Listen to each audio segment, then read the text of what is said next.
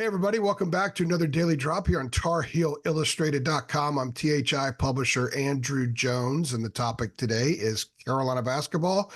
The making of the 2024-25 roster is the topic here. It's what I'm going to get into. Some of the kids you're talking to in the portal, Kade Tyson's visit this past weekend. RJ, the deadline's coming up. What's he going to do? But before I get into all that stuff, very quick reminder. You would already know some of these things if you were a member of Tar Heel Illustrated, if you had a premium subscription to our site, which for 1 year is just $8.33 a month. I'm coming up on my 10-year anniversary here at THI. August 1st will be 10 years since I took over. Same price now as it was then. You find me anything else that's the same price now that it was 10 years ago, and I won't believe you, because this is pretty much it. So right now is a great time to hop on board, guys. Tons of information. The dialogue on our message boards with our subscribers has been awesome. And there's a lot of knowledgeable people on there. Plus lots of football scoops. Been all over the football program the last few weeks. I got a lot of scoops in there. Got some portal scoops for football. Got a lot of them for basketball as well. So tons of inside information that you can have access to in the community that you would be engaging in for just $8.33 a month. Okay. Very quick, sort of a recap about where things are standing. This is sort of a taking the temperature of where things are this morning, Tuesday morning, and they could change quickly. Hopefully, by the time you are watching or listening to this, it will all still be fresh, but you never know. Things could happen quickly, and some of this might be outdated by then. But we got to do these, so we're rolling it out. Now, Kobe Brea from Dayton is the latest name to pop up on the radar. His name's been out there for several days. He announced his finalists, or his final 5 schools, all blue bloods: Carolina, Duke, Kentucky, Kansas. And yes, folks, UConn is a blue blood now. 6 national titles in the last, 25 years. They're a blue blood. Got to put them in there. Historically, maybe not, but 25 years is a lot of history, man. That's a lot of time. It was 25 years between Carolina's 1957 title and when Dean Smith won a title in 82. That's how long they went between titles, and people thought Carolina was a blue blood at the time as well. Also, so UConn's a blue blood, period. Anyway, so those are the 5 schools he narrowed it down to. He's a pretty nice player. He's a really good shooter. Hasn't been a super prolific guy. Always hasn't been a starter. I would probably look at him as a key reserve coming off the bench, someone that could give you some offense, give you some spunk. They certainly need spunk with some of these kids because they're losing a lot of it with Harrison Ingram and Cormac Ryan leaving, and getting guys with fire and passion to come into the program, I think would be very, very helpful. Kade, I don't know where things stand with that. I don't think that he's a major priority just yet. But I do think that he is clearly on the radar. The conversations have been very interesting, to say the least. There is a scenario where he could end up at North Carolina, but also there's a scenario where he could end up at those other 4. He's going to have a great school to choose from, a great program to choose from, and a lot of it will be all about opportunity and what's there. And I think with North Carolina, Kade Tyson, and by the way, Brea is 6'6". Kade Tyson is 6'7" from Belmont, was in this past weekend. And you got to think, and we're hearing very good things about how the visit went. You got to think that if Tyson pops for the Tar Heels, that kind of ends the Brea stuff. Maybe the conversation with him is a just in case. The people that we've talked to, they feel pretty good. Like, this is very positive situation. Very, very possibly he could commit to Carolina at some point. Anytime, basically. It's Tuesday, which is when this drop is running, and next week, whatever his timeline is.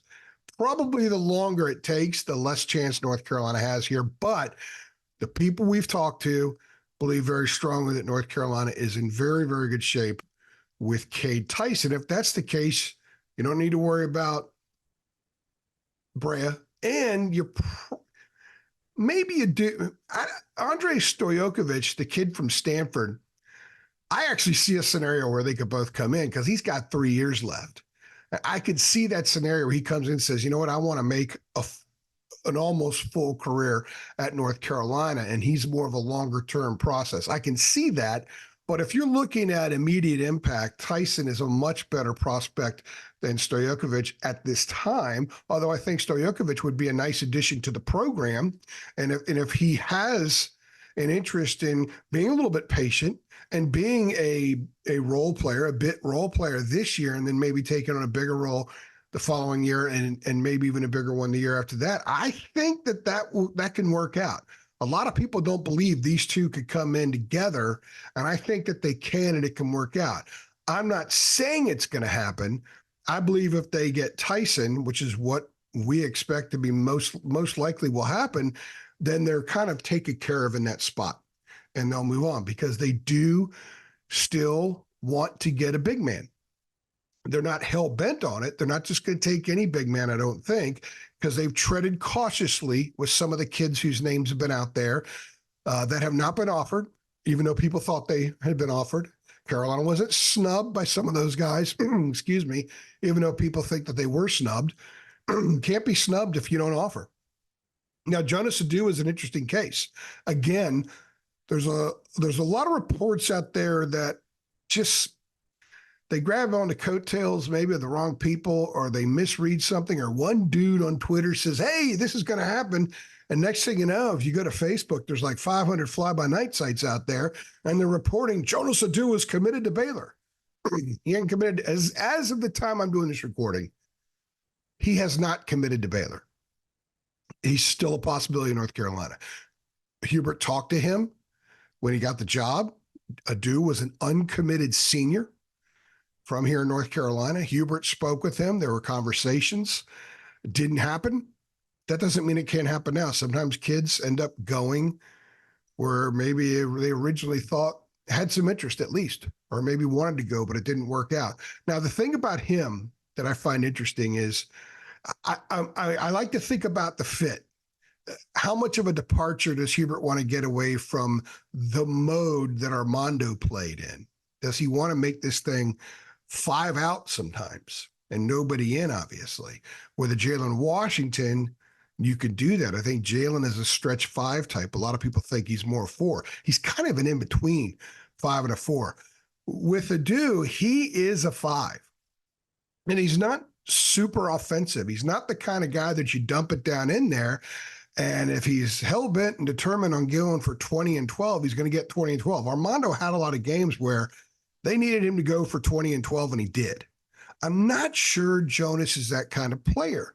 So it's interesting to think that if Hubert brought him in, that might be a little bit of a departure in style and might be an insight into how Hubert views the 5 spot moving forward. Maybe he sees that as a shared thing.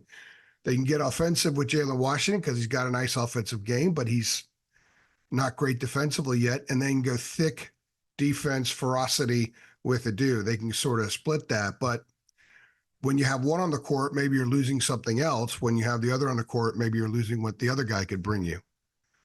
Now, Clifford Omoruyi from Rutgers, and I looked it up. It's pronounced Omori. He's a guy that's also a little bit in the Adu mode, but he's been more offensive, been more productive offensively at Rutgers. He's sort of in the 10, 11 point range, around 8 or 9 rebounds. He's a guy that a lot of people up in the Big Ten like a lot. In fact, if you go on our boards and read what knowledgeable Carolina fans who are passionate enough that they're willing to pay $8.33 a month for a 1-year subscription, they watch a lot of this stuff. And a lot of people on the boards like Omori. A little bit more offensive, maybe a little springier. Adu is a big guy. He's very athletic, but maybe Omori more fits meshing with the Jalen Washington type, a guy that can maybe step away and move around a little bit more. I haven't seen a whole lot of them. I got to admit, I've been knee-deep in spring football closing out, and both portals are open and still putting a bow on the basketball season. I've seen Adu play in person multiple times. I have not seen Omori play in person, and I've watched a little bit of film, but our boards are so strong. Some of the people that are posting about him, I trust a lot.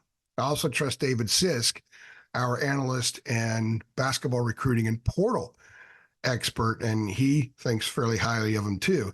So you got to think that they're going to get two of the guys mentioned on here. I think they're in really good shape with Tyson. It would be a little bit of a surprise if that doesn't work out. Now, do they take a 5? And if they do take a 5, is it going to be one of those two? Or is there still somebody else out there that they've been talking to? We haven't learned about it yet. Or somebody that kind of hits the radar sometime this week. Maybe it doesn't work out with Omoruyi. Maybe it doesn't work out with Adu. Maybe it doesn't work out with some of the other guys. I know that the kid from Kentucky, we're going to save a separate drop for him. I didn't want to hit on him in this one because I'm thinking more about that wing spot and that 5 spot. Because if I hit all the spots in one drop, it wouldn't be a drop. It'd be a THI podcast, and I'd have to bring Jacob in here, and we'd spend 45 minutes talking about it. Now, the other aspect to this is also RJ Davis. And by the way, I do think the 4, where they go with that, might depend on what they get at the 3. So that's another reason why I think they almost need to get their 3 before they get their 4, in a way. Okay, RJ Davis, what's he going to do? Is he going to come back? Is he going to go? April 27th is the NBA deadline to enter your name for the draft. We have thought all along that the lean was coming back. We also thought all along that the lean for Harrison Ingram from day one was that he was leaving. We never entertained the thought really that he would come back. We discussed it in one of these pods. We discussed it on the boards, but we never went out there and said, you know what, there's a really good chance he comes back, because we never believed that. There is a pretty good chance that RJ comes back, and there are a lot of reasons: financial, historical, and we'll get into some of the historical stuff at a later time, especially if he does announce that he's returning. But this is the other part to this puzzle, because you can maybe, if you get RJ and he's back at the 2 and you've got Tyson at the 3 as a scorer, whether he's playing 20 minutes off the bench or starting, it can sort of help you make a decision about what you want to do at that 4 spot. Do you need to bring someone at the 4? If you bring in a Tyson and one of these bigs, do you have to go there with the 4? Or if you don't get one of those bigs, you got to go get a 4 who's long enough, big enough that can guard inside. So there's a connecting thing here. You got RJ at the 2. Okay, you got a big time scorer and a shooter from the perimeter.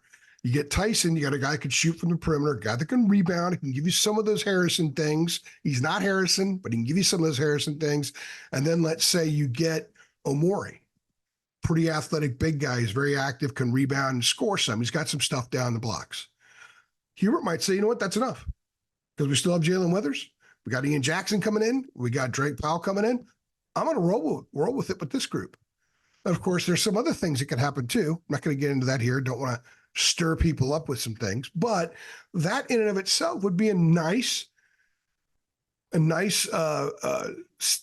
compliment to what he has coming back, and it could work. I'm not a big fan of covering the portal simply because there's so much crap out there, and we have to vet everything that we hear. And we hear a lot of stuff that's not even close to true.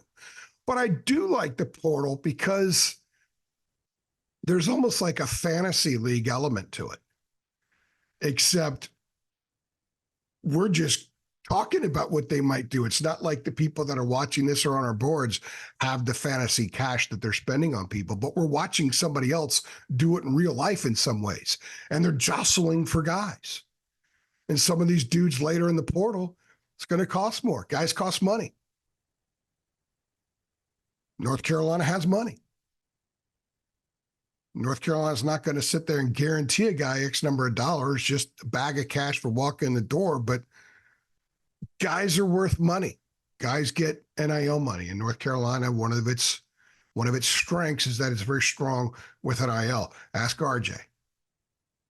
Ask Armando. Ask some of those other guys. You do well at North Carolina with NIL. You do well at North Carolina because of the stage. Harrison Ingram, with the 3rd year at Stanford, would not have shown himself to be the player he is that he did at North Carolina. Being at North Carolina made him money beyond North Carolina. There's no doubt about it. So these other guys will have this to consider as well. A lot of stuff up in the air. Pretty confident about two of the things I've said. You let me know what you guys think. What are you confident about? What would you like to see them do? And if it was your choice and you knew Carolina was going to get a Dew or a Morey, for the sake of discussion, who would you rather have and why? Tell us on Twitter. Tell us on Facebook. Tell us on our message boards. We got more stuff we're going to roll out this week. I'm going to try to get David on here for one of these, but David's very, very busy and the information changes so quickly. That's one reason we don't do a lot of portal pods, because the information changes quickly. So I'm rolling the dice with this one, guys. Hopefully when this thing runs, when we post this, everything will still be the same. There'll be no dramatic changes to what I'm talking about. Otherwise, we may have to yank it, and doing this podcast at 11:53 at night will have been a waste of time. Anyway, I'm AJ, and I very much appreciate you guys hanging out.